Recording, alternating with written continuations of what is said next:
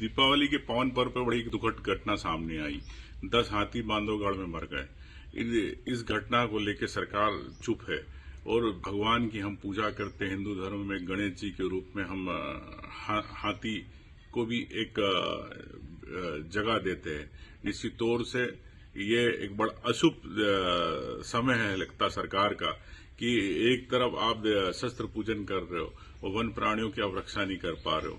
एक हाथी जिसको हम गणेश स्वरूप भी देखते हैं उनकी आप रक्षा नहीं कर पा रहे हो। मैं कहना चाहता हूं कि सरकार के मंत्री, वन मंत्री वोट मांग रहे लेकिन गणेश जी की पूजा भूल गए। गणेश जी के स्वरूप हाथी का ध्यान रखना भूल गए। ये बड़ा दुखद घटना है और ये घटना मैं समझता हूं कि इस पे तत्काल सरकार को संज्ञान लेना चाहिए। उन आदिवासी जो वहां पे कई सालों से रहते आ रहे, उनका वन प्राणियों से हमेशा संबंध पुराना रहा, ताना बाना। ये हाथी पलामू जिले से, झारखंड से हमेशा आते रहे, कुछ कर्नाटक से आते रहे, लेकिन पिछले 4 साल में को ऐसी जानकारी है कि 2020 से लोग यहीं रहने लग गए। फिर इन्होंने होम रेंज बना लिया। इस होम रेंज के अंदर 4 साल के अंदर सरकार ने क्या करा?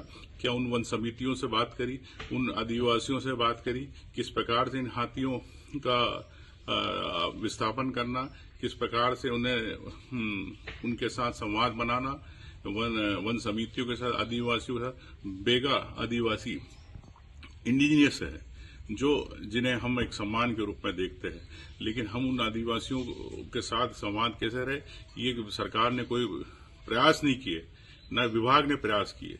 ये कुप्रबंधन है सरकार का और फॉरेस्ट विभाग के उन अधिकारियों का जो पिछले इतने सालों से हाथी रहते आए, उनके बारे में कभी उन्होंने विस्थापन की बात नहीं करी। तो निश्चित तौर से मैं चाहता हूं कि सरकार इस पर तत्काल निर्णय ले।